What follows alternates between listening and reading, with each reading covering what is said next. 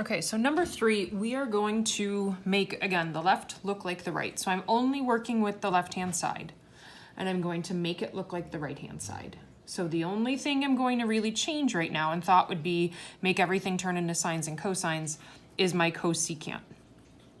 So I'm going to have cosecant's the same as 1 over sine of x. Okay, so going to try and combine these. They need a common denominator. Common denominator is going to be sine. So nothing happens to my second fraction. My first fraction, since I had to multiply the bottom by sine, I have to multiply the top by sine. So that's going to get me sine squared x. Okay, now I can take these. I can combine this into one fraction. So I have sine of x on the bottom. I have sine squared x minus 1 on the top. Okay, so I want to go back. I'm going to do a little work on the side over here, and I want to think of my Pythagorean identity. Sine squared x plus cosine squared x equals 1. And I see that this looks very similar to it, but it says sine squared minus 1. So I want to think, subtract that 1 over. So I'm going to pull the 1 over to this side, but I got to pull the cosine squared to that side.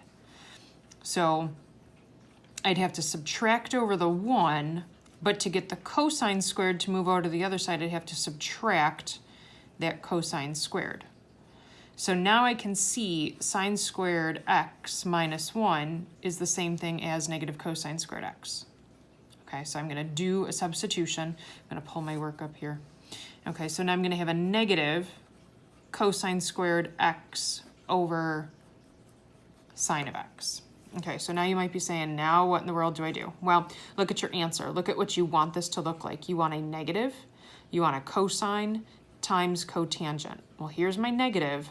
This cosine that you have, that's really like saying cosine of x times cosine of x. And I have it over sine. Well, does it really matter? Let's think how fractions work, right? So if fractions, if I'm multiplying tops with tops, bottoms with bottoms, I'd have a denominator down here of perhaps 1 times sine. And the reason I can do that, right, manipulate it to make it look like your answer, is if I did it this way, if I multiply this all together, I still get that product, but now I get the answer that I want. I want it to look like negative cosine of x times cosine over sine is cotangent of x. So we have just made the left look like the right.